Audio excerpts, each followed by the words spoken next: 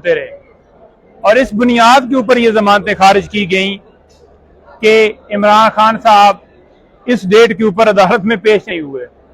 कितनी अफसोस की बात है, कितनी मुज़क्का खेज बात है कि इमरान खान साहब जेल में हैं, पाबंद सलासल हैं और जेल के अंदर वो क्योंकि उनको कैद किया गया है तो उनको पेश करवाना सरकार का काम है, सरकार की ड्यूटी है कि वो पेश करवाएं।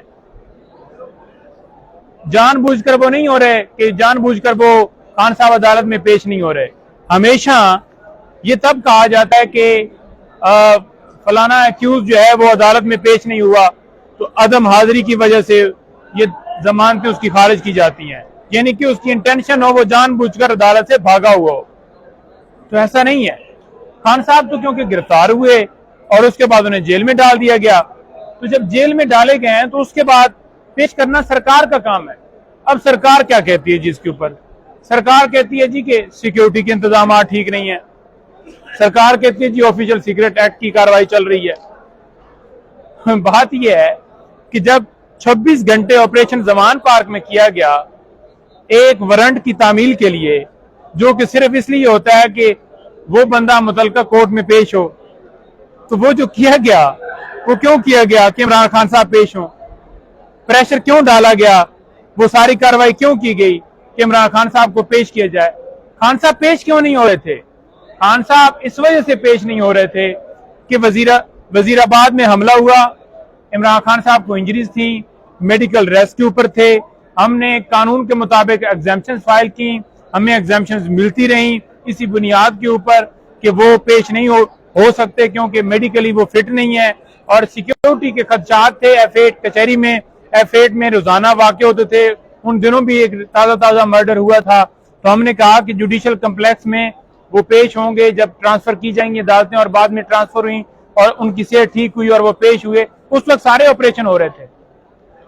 लेकिन आप देख लें कि आज जमानतें खारिज हो रही हैं कि खान साहब जो है वो सिक्योरिटी की वजह से जो है हम पेश नहीं कर सकते। आज नोटिस हो गए, रिकॉर्ड तलब कर लिया गया है, अगली डेट के ऊपर रिकॉर्ड पेश किया जाएगा और मेरिट के ऊपर बेल डिसाइड की जाए। ये बात हम तो कह ही रहे थे, इस्लामाबाद हाई कोर्ट के चीफ जस्टिस ने भी हुक्म दिया कि ये जमानतें इस तरह से खारिज नहीं की जा सकती थी। उन्होंने हमारी रिवीजन को एक्सेप्ट किया, लेकिन बार बार नीचे ट्रायल कोर्ट इंसाफ नहीं देती। हम ऊपर जाते हैं, ऊपर से हुक्म आ जाता है, रिवीजन बहाल हो जाती हैं, दरखास्तें हमारी बहाल हो जाती हैं, चाहे तोशाखाना केस हो, चाहे कोई हमारी दरखास्त हो जो मेंटेनेबिलिटी के हवाले से हो या बुरी जमानतों के हवाले से हो, बहाल हो जाती हैं। तो वो वाज़ेह कर रही हैं कि किस तरह जो सिस्टम है, किस तरह जो अदालतें हैं इमरान खान साहब को फेयर ट्रायल नहीं दे रही। दूसरे नंबर पर जो दीगर जमानतें हैं, मैं भी समझता हूं कि वो भी खान साहब की इसी बुनियाद के ऊपर बहाल होंगी और इसी बुनियाद के ऊपर ही खारिज की गई थी। और इसके साथ साथ साइफर केस जो है वो मंडे के लिए फिक्स हो गया है। साइफर केस के अंदर जमानत 9 तारीख के लिए फिक्स हो गई है। नैब अलकादर ट्रस्ट केस, तोशाखाना नैब वाला केस, वो भी 9 तारीख के लिए फिक्स हो गया है इस्लामाबाद हाई कोर्ट में। और हम पूरी उम्मीद रखते हैं, करते हैं कि मेरिट के ऊपर फैसला दिया जाएगा और खान साहब की जमानत फौरन, साइफर केस के अंदर तो देर करनी नहीं चाहिए क्योंकि ये हमारे लिए बैस कौम एक शर्मिंदगी वाला मामला है कि बाहर से धमकी मिलती है और हम अपनी हुकूमत जो चल रही है, बेहतरीन मईशत जो है वो रेट जा रहा है और उस धमकी की सूरत में वजीर आजम को हटा भी देते हैं और साथ ही हटा के उसे गिरफ्तार करके FIR भी देकर अमेरिका को कापी भिजवा देते हैं कि ये लें जी आपके हुक्म की तामील होगी।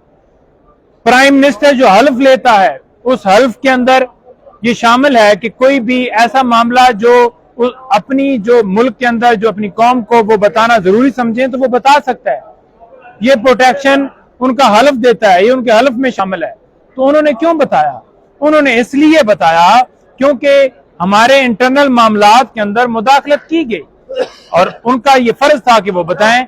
और कोड्स नहीं शेयर किए गए बल्कि जो साइफर था उसको डीक्लासिफाइड किया गया। डीक्लासिफाइड करके उसका तर्जमा, उसका मफहूम जो है वो कौम को बताया गया कि इस तरह से हमारे अंदरूनी मामलात में मुदाखलत हो रही है।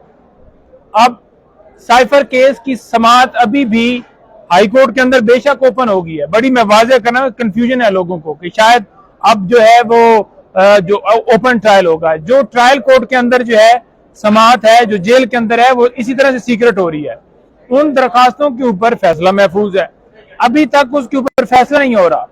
25 तारीख का फैसला महफूज किया हुआ है। हम ये कह रहे हैं कि अदालत वहां पर अडयाला जेल में जा ही नहीं सकती। अदालत को जो शिफ्ट किया गया है, वो जो नोटिफिकेशन है, वो नोटिफिकेशन को कलअदम करार दिया जाए। उसके ऊपर 25 तारीख का फैसला महफूज है, वो फैसला नहीं सुनाया। फैसले महफूज कर ली जाते हैं, फैसले नहीं सुनाए जाते। दरखास्तें लगती हैं और दरखास्तें अडजर्न कर दी जाती हैं। तो इसे कहते हैं कि जो आर्टिकल 10A के तहत फेयर ट्रायल नहीं मिल रहा, ड्यू प्रोसेस नहीं हो रहा। तो हम ये इस्लामाबाद हाई कोर्ट से भी इल्तिजा करते हैं कि तमाम दरखास्तों के ऊपर फैसला दिया जाए। सुप्रीम कोर्ट से भी इस्तदा करते हैं कि वहां पर 90 डेज के अंदर इलेक्शन वाला मामला पेंडिंग है, ऑफिशियल सीक्रेट एक्ट और आर्मी तरमीमी एक्ट के अंदर जो दरखास्त तरमीमी जो बिल किया था उसके ऊपर दी हुई है, वो पेंडिंग है। और इसके साथ साथ वहां पर जो सिविलियन का मिलिट्री ट्रायल है, नहीं हो सकता, इस हवाले से दरखास्त पेंडिंग है, वो नहीं हो रहा डिसाइड। जो लोग इस वक्त गिरफ्तार हैं, जिन लोगों को जेलों में डाला गया है, जो बेगुनाह इस वक्त कैद है, उनकी जमानतें, उनकी दरखास्तें नहीं लग रही। बेंच लगते हैं, बेंच टूट जाते हैं। तमाम जो हमारे मुल्क के जो शहरी, आपके बच्चे, आपकी बहनें, आपकी बेटियां, ये सुप्रीम कोर्ट से हम मुतालबा कर रहे हैं कि उनके ऊपर नोटिस लें और उनको इंसाफ दें। वो आपकी तरफ सारे देख रहे हैं, ये पूरी कौम आपकी तरफ देख रही है। और जब सुप्रीम कोर्ट स्टैंड ले जाएगी तो बाकी जितनी अदालतें हैं पूरे मुल्क के अंदर, तमाम को हौसला मिलेगा। और तमाम के ऊपर जो प्रेशर डाला गया है कि जब कोई अदालत फैसला करने लगती है तो अदालत के सामने आकर जो है वो प्रेस कॉन्फ्रेंस की जाती हैं और फिर जो है वो एहतजाज किया जाता है और लोग बुलाए जाते हैं कि आप जाएं कॉन्स्टिट्यूशन एवेन्यू के सामने आकर एहतजाज करें, जहां पर जलसा एहतजाज की पाबंदी है। हुकूमत जो है प्रोटेक्शन दे रही है कि आप जाएं, वो जंगले क्रॉस करके अंदर जाते हैं। तो ये मुल्क के अंदर हाल है।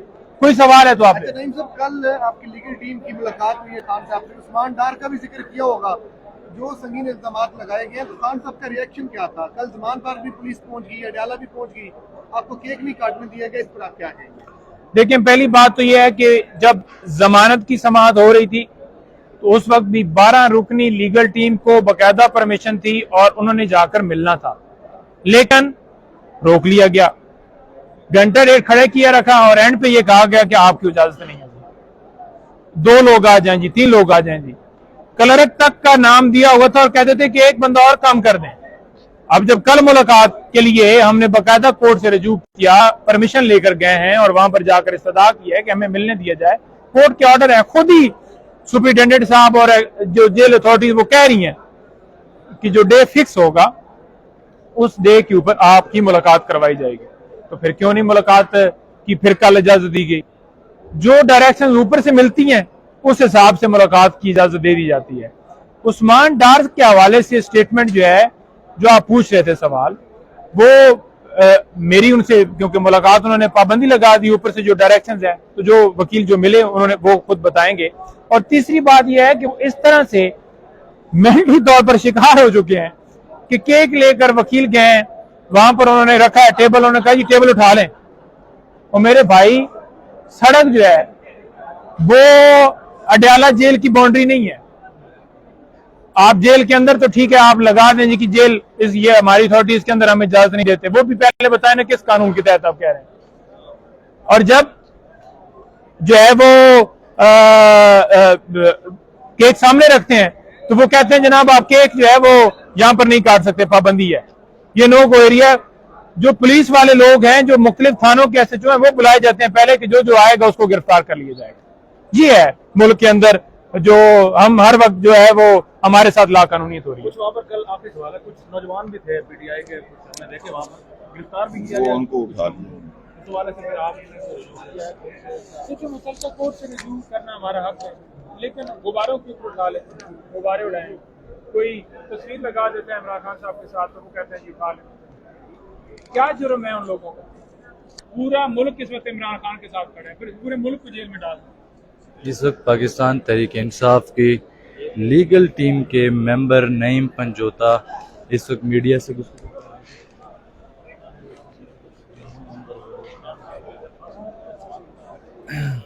और इस वक्त ताहिर अब्बास सिप्रा साहब की अदालत में शेर अफजल मरवत मौजूद हैं और वापस आते ही वो यहाँ पर जो है वो खिताब करेंगे।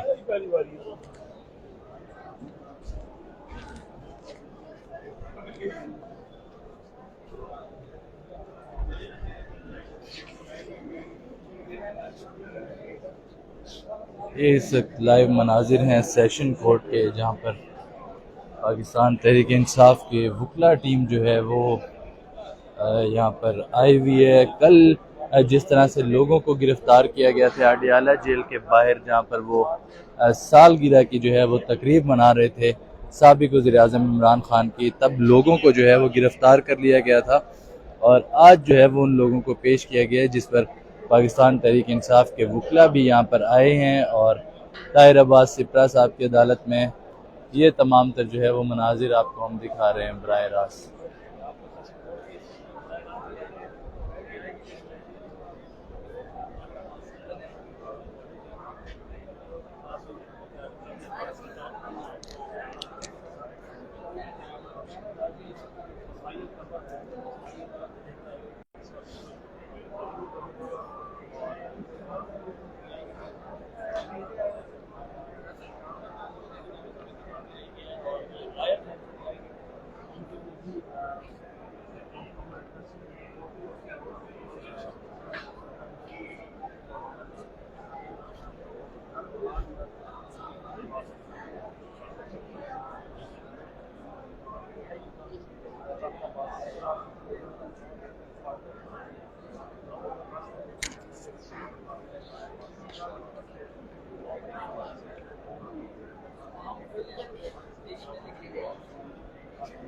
जल्दी जल्दी से जुड़ जाएं, आज के इस लाइव वीडियो को ज़्यादा से ज़्यादा शेयर करें ताकि तमाम लोगों तक ये अपडेट्स पहुंच सकें।